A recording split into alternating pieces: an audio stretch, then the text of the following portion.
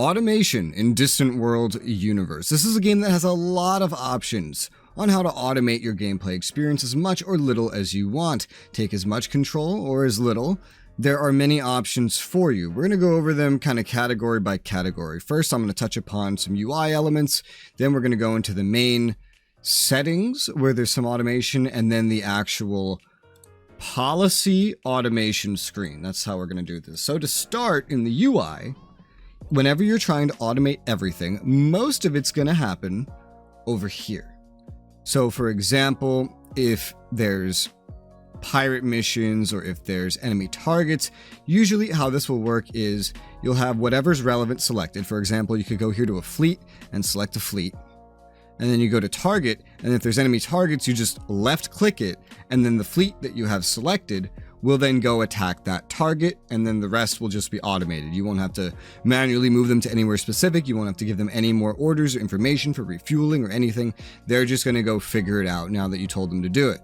And you can do this with multiple fleets, but you must do it one at a time. The same thing goes for, say, potential resort locations. Here, you can click on it to pull it up, and then you get your actual orders here. So you could queue a construction ship to build things here, be it a research station or resort base. This goes for both of them. And then it will find one and then bring it there automatically. You won't have to route it, refuel it, nothing. It'll just figure out the rest for you. That is a good summary of the easiest part of this, which is just the UI. Nice and simple. The buttons could do with being bigger. You could scale this up in the menu. But speaking of the menu, we'll now go to options, where we have our next set of automation capacity here. So automation can be just set with this one mode. For example, if you just don't want to look at everything, you could just set it with one mode, and then it will just automate based on the preset you select. However, that's too easy. So let's look at it more specifically. Here we have some nice checkboxes. You can automate your colony tax rates. So that's right here, for example. We have tax rates, and we can go ahead and set them. This is a good thing to manually do, but if min-maxing your happiness and your income is too much for you, if you don't really know how to work it, all you have to do is check this little box, and they will automatically do it. You can't really set any policies for how to do it. They will just do it. Then the same thing goes for population policies. This is also something under colonies. Population policies like assimilate, do not accept, resettle, enslave, exterminate. These will all be automated.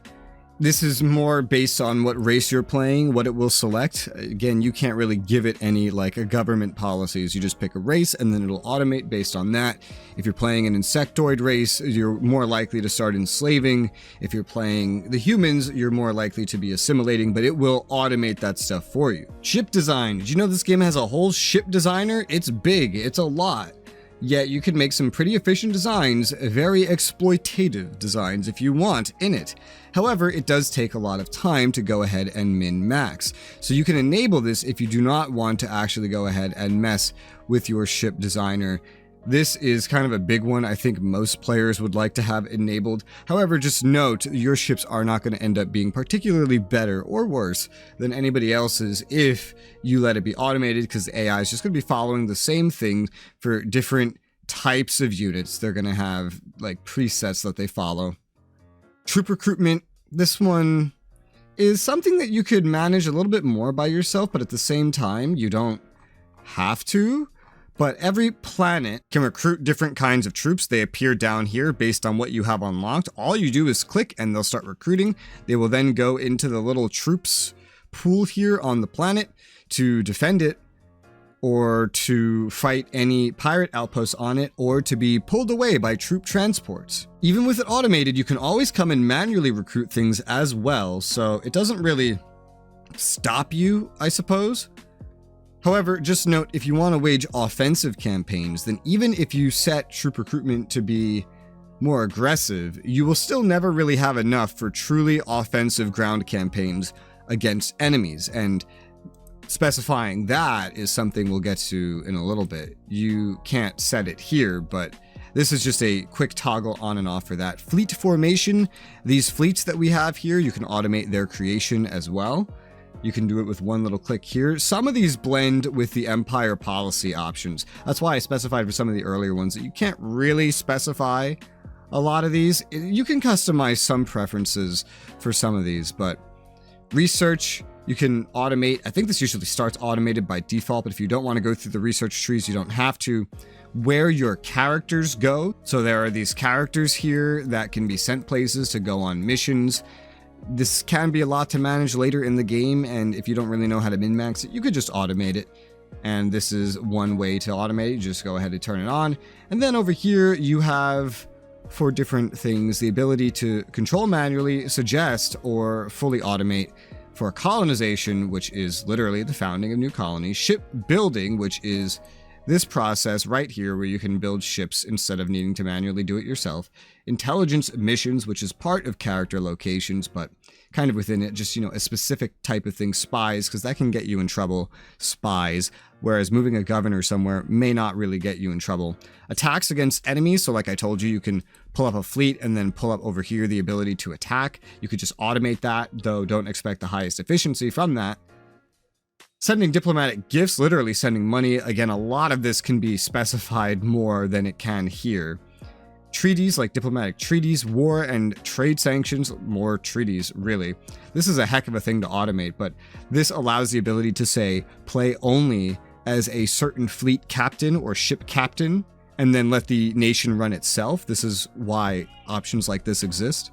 And then colony facility building. When we click on this colony down here, build new planetary facility. If you want to just automate that process as well. Otherwise, they can just suggest things to you. And then offer and accept pirate missions. That's this little button right here. Pirate missions to supply your colonies with things that they're missing, that your trade and supplies cannot keep up with. They'll source it from other places for some higher costs, or sending them to attack or defend places, which can be as simple as either, selecting it as it's suggested, or for example, selecting the spaceport and ordering, for example, right here, a pirate mission on this specific spot. And that right there is all of these options. The next we have Empire settings. This is like a menu within a menu.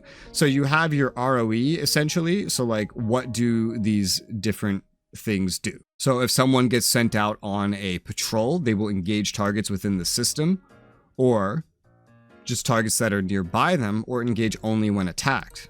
If someone's sent out on an escort, so if they're actually escorting, for example, your civilian ships, instead of, actually trying to keep things safe. Attack bombard, if you're sending them to attack a specific location. And just having other orders other than that. This is an ROE for your different orders. It's the kind of micromanaged AI behavior underneath. This is for when the orders are being given automatically versus when you're setting them manually. Obviously, if you're setting them manually, maybe you don't want them to be doing anything else. So obviously by default, it's not letting them do anything else. The fleet attack settings, this is just saying how, if you're giving an attack order, for example, how fueled up does the fleet need to be at a minimum, regardless of distance, as well as how much of the fleet needs to be in one spot before they attack. Otherwise, you can see fleets end up attacking quite piecemeal, especially if you have automation. If you do have attack automation, you can set an attack overmatch. Basically, don't go for an attack unless you are 1-to-1 with the enemy, 1.5-to-1. You outnumber them 2-to-1 or outstrength them, really. 3-to-1 or even 5-to-1. The default is 2-to-1 so that your fleets don't go out on suicidal attacks all the time. Then we have discoveries, which are for ruins where you can find things good or bad.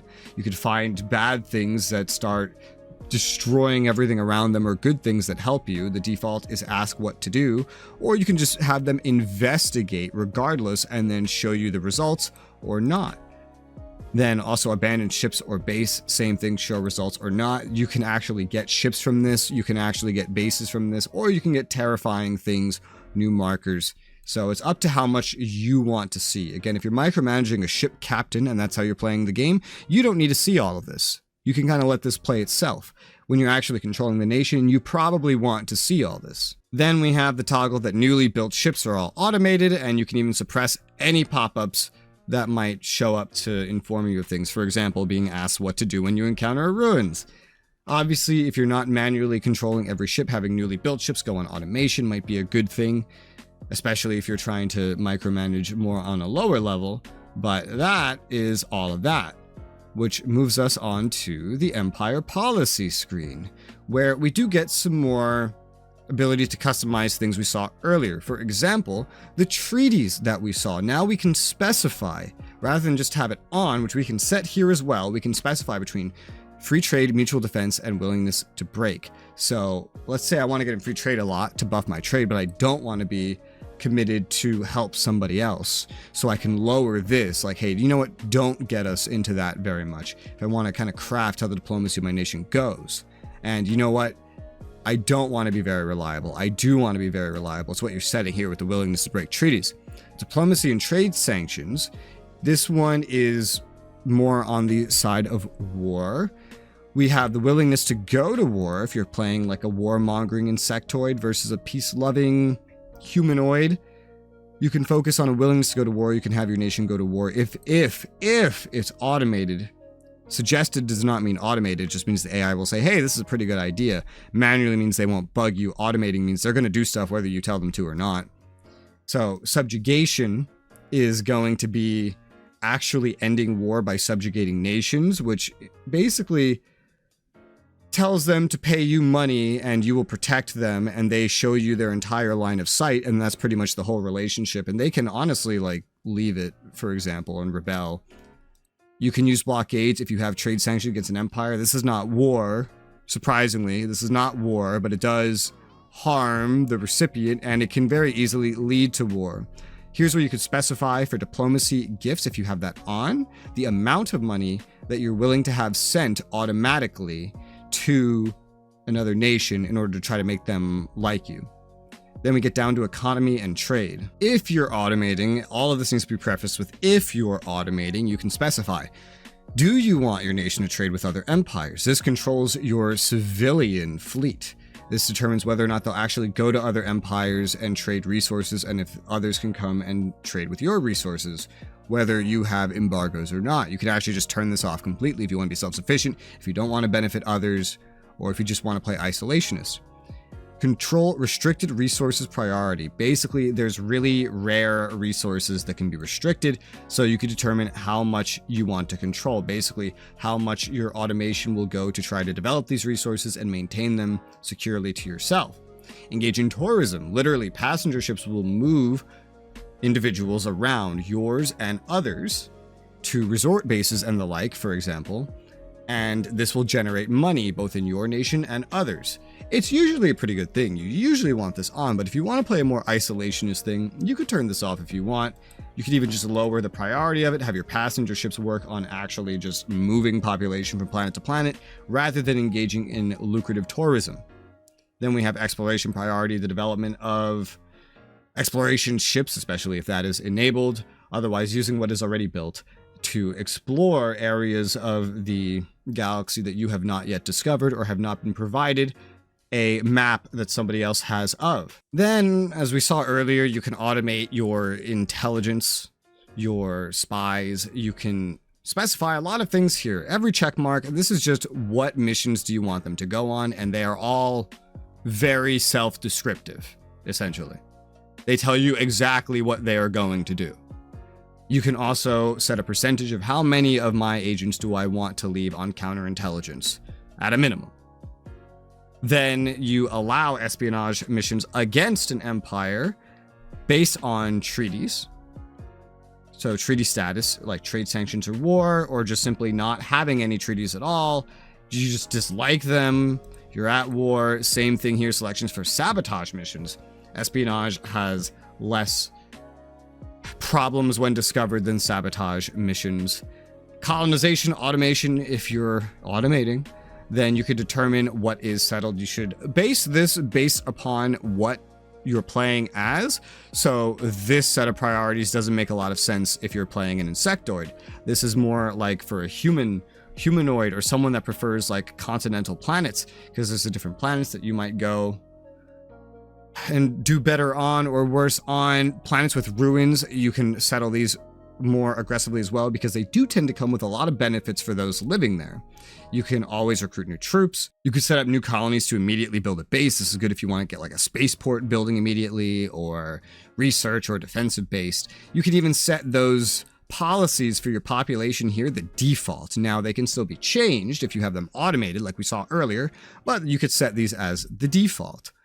You can also enable penal colonies to implement the enslave policy, basically just sending a bunch of not your population to be exploited. This usually has more cons than pros, but if you're playing Insectoid, that's kind of the way it works. Then here's that automated facility building. It looks complicated, I know, but it's not. These are literally just one by one the different facilities you can build. You can have them not be allowed. For example, it may be good to build most of these, but maybe you don't want the regional capital to be built because you need to place these kind of specifically to get their full benefits. They can be torn down and rebuilt later, so that might be something you want to micromanage regardless. And then you can determine the minimum population of a colony before these things are built. So if you want to, for example, automate that anyway, you could make it so it has to be pretty well developed. Maybe raise this to like 10 billion or whatever. And even building special wonders. Some of these are wonders that you can build as well. Moving on to tax rates, here's where we can determine the aggressiveness of taxing. Like I said, you can't really specify a conservative or progressive tax policy. What you can do is set based on population. Very simply, how is everybody taxed? And everyone is literally your GDP. You're taxing your GDP. That is the number that determines the tax. Not your population, not income, just GDP of a planet. Subtract piracy and any inefficiencies like corruption based on the locations of your regional capitals providing buffs. But basically, brand new colonies, do you want taxes? Probably you don't, because you want them to develop. Lower the taxes, more happiness. Passenger ships will bring more population to your colony. Then as it grows, you can set normal to high taxes on the GDP when it's well developed. Now, 2 billion is not really that high, so this is another reason why I like to control this manually, because usually you don't really want high taxes until you start getting towards more like 5 plus, even 10 billion. But you can set this and even increase more when at war, so they can go higher. They can. Then here is ship design and research automation. You can select your tech emphasis to kind of build a theme around which your ships and research is built and determined. Have an overall focus if you want to prioritize one thing, and determine all the different types of ships, which includes bases, that receive automatic upgrades whenever ship design is adapted to new technology that is researched. If you want retrofitting to be automatic, you can even have this stuff technically be suggested as well. Here's the base construction, so military construction level. How much do you want? A low amount, good for like Securans. Normal, high, good for insectoids. The percentage of every type of ship when spaceports are built based on population as well. This just determines your total composition, not your fleet composition at the moment. You can suggest this stuff. That's what we're seeing here with this yellow. This is suggested. Bases will show up as kind of pop-ups on the side, but you can also just automate at the same time. Moving down, we already saw the troop recruitment, but we can specify some things like how much infantry, how much armor, how much planetary defense, how many special forces, which is like more expensive infantry, really. The garrison levels at colonies, the recruitment level of all the different things, how the troop transports will determine what to pick up for their invasions, when to not recruit anything based on population, because maybe that would be unsustainable if all your brand new colonies just started having a bunch of troops. The minimum number of troops at colonies, which overrides everything else that you're setting.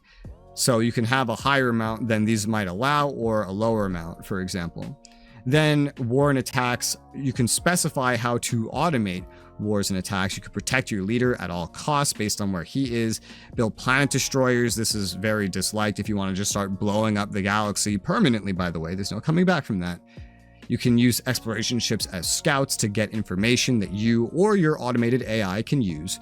You can even have the pirate missions be automated here under this section. It's a weird place to put it, but most of it is relevant. Not really the smuggling part, but the defense and attack missions you can set based on these variables that we've seen a lot already for the previous sections, based on if you dislike someone when you're at war, or even when there's just opportune targets.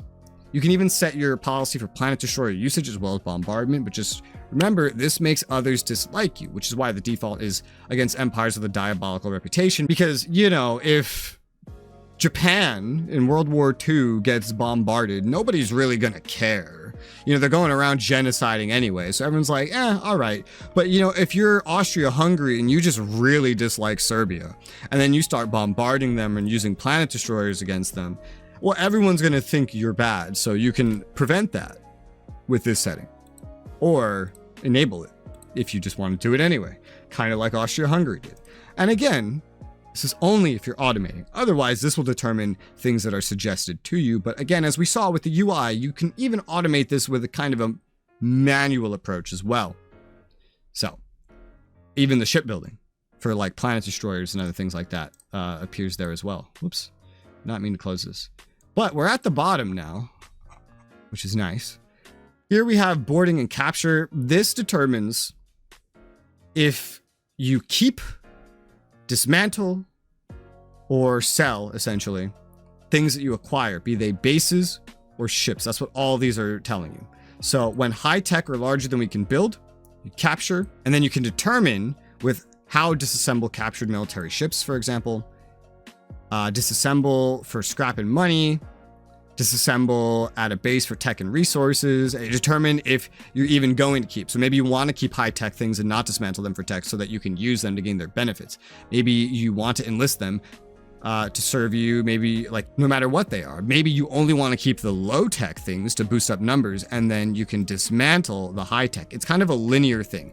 First, you set what to do, like when to capture things. Then you set what to do when they're captured. And then if disassembly is reached, you set how to disassemble. So that's the order.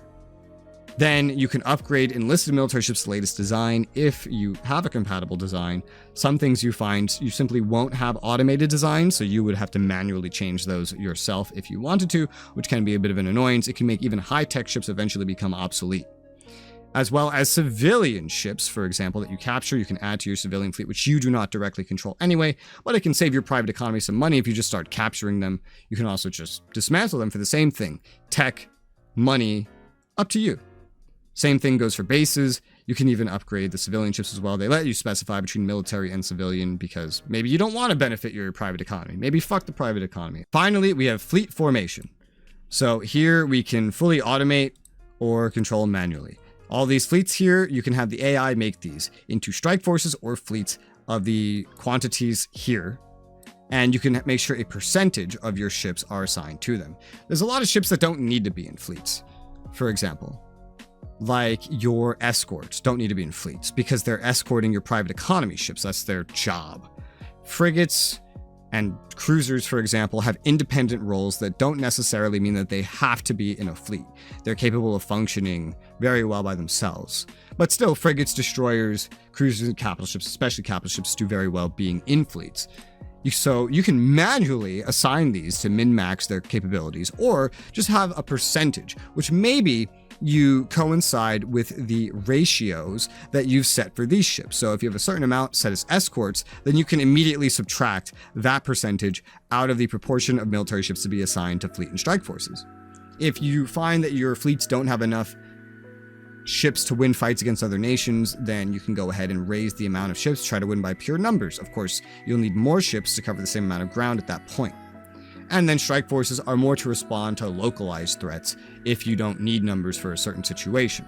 Lets you customize all of this. But that right there, those are all the automation options that this game has. That's how they coincide. This is a different place you can access them, going from least complicated to most complicated and the most things you can set. If I haven't covered something you want to ask questions on, feel free to leave your comments in the comments below. Ask any questions you want. If I can't answer them, hopefully somebody else will be able to help you out. If you want to see any more guides on this game, feel free to leave suggestions of that in the comments below as well. Hope this video was helpful to you. For now, thank you guys very much for watching, and I'll see you on the next one.